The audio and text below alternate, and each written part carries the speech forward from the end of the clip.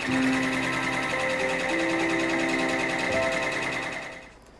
everyone, John Deere here from John Deere's Embroidery Legacy, and we are into week 1 on our soft launch with our Wilcom embroidery fonts website. Everything's going really well. I think we've got 99% of the bugs worked out. We've been adding lots of content. I've been digitizing more fonts, getting fonts ready for the website. I've been doing a lot of videos for content within the Wilcom font site, and I've actually been learning a lot as I've been shooting the videos, just playing around and trying different things. So you're going to be pretty amazed. The Flexi Fills and the Flexi Shapes are pretty wild. We can do some incredible stuff with them now because they are objects in just one, stitch direction. They don't actually turn on curves the way regular fonts do. But playing around with the script fonts, I'm able to create stuff like this, and I'm talking about quick, fast, and easy, and everything welds together perfectly and everything outlines perfectly. So seeing is believing. I'm just going to give you a quick tour and show you how it's done. Here I have one of our Flexi Fill fonts, the Lily Script 15mm, and obviously we're not going to do it at 15, but that's just so you know that there is a font that does actually turn stitch directions with the same name. Now I'm going to hit the H key, and when I hit the H key, it's going to allow me to actually position my letters the way I would want to see them. Obviously some of these letters are going to almost touch, and I might leave a little bit more of a gap than I normally would because I'm going to put a satin border around this, but this one I know will touch directly into that one, and then this one here will kind of be on its own as well. So in reality we have 1, 2, 3 different objects in place, but what I'm going to do is I'm going to come over and highlight my lettering, and then I am going to break them apart. And as I take all of these letters, highlight them again, I'll continue to break them apart until they do not break apart anymore. So now I can see that I have these letters broken apart. Now within these 2 letters right here, I'm going to actually take those 2 and I'm going to go to my Edit Objects, and I'm going to tell it to weld those together. So it really has created just one object.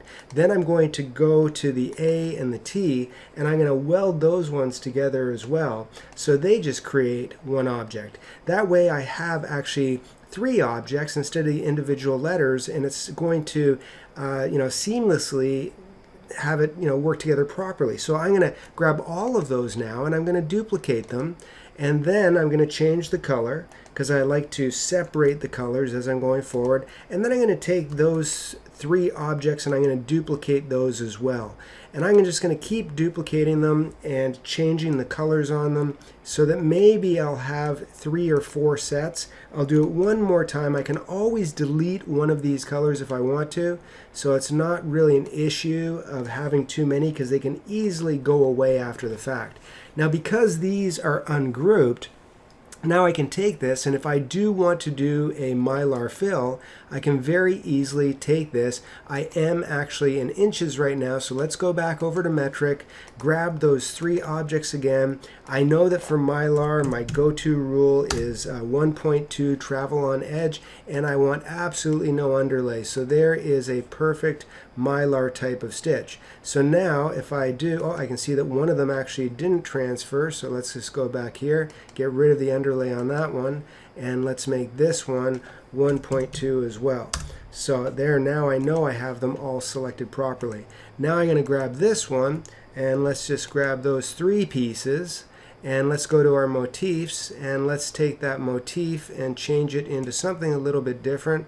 I'll try this cross stitch maybe, and then actually let's take that color, so I'll move it to colors and I'll move it in front of the other one so we can see that it's showing up now. If I want to, I can make this darker so I can really see what it looks like. Now that I can see what it looks like, I can start playing around with all of these different effects, and that one actually looks pretty cool. So now I have that one done. Now what I can do is I can very, very quickly come over here, and I'm going to take this one, and I'm actually going to change this one to just an outline with a single run. And that single run stitch is going to show me where to lay down my mylar, and then let's just duplicate that one, and then I'm going to take this one here and move it up in the order. Let's go back over to objects. Actually, I'm going to undo because I love this. I can always undo. Let's change the color on that so it doesn't blend into the color number 6 that I have there. And now I have another run stitch, but let's change this into, let's say, a triple run. Now the triple run is going to hold the Mylar in place. So here I have my first run stitch, which is going to show me where to lay it down. That's going to hold it in place. Then it's going to actually do the loose fill, the 1.2 millimeter fill, and then it's going to do the motif fill on top, which is just a regular cross stitch. And that very first one that I did at the very beginning, I'm going to slide over top, and I'm just going to tell it to be an outline. Let's tell that outline to be a satin stitch. And now that I have a satin stitch, I can make it, let's say, 1.5 millimeters as opposed to 2.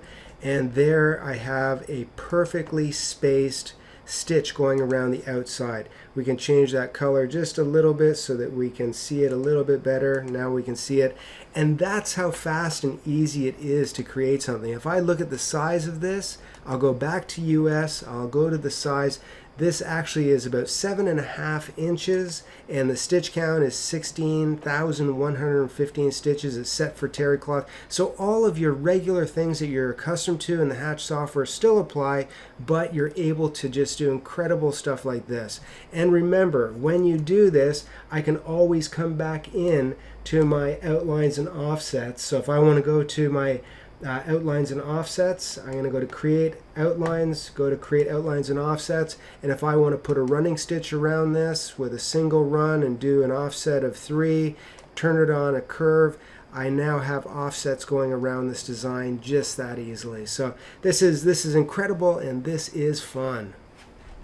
Well, that was fun and fast, and if you're impressed with what you saw there, wait till you see what we're doing with the Flexi shapes. A couple of simple shapes and some imagination, and you'll be amazed at the results that you can get.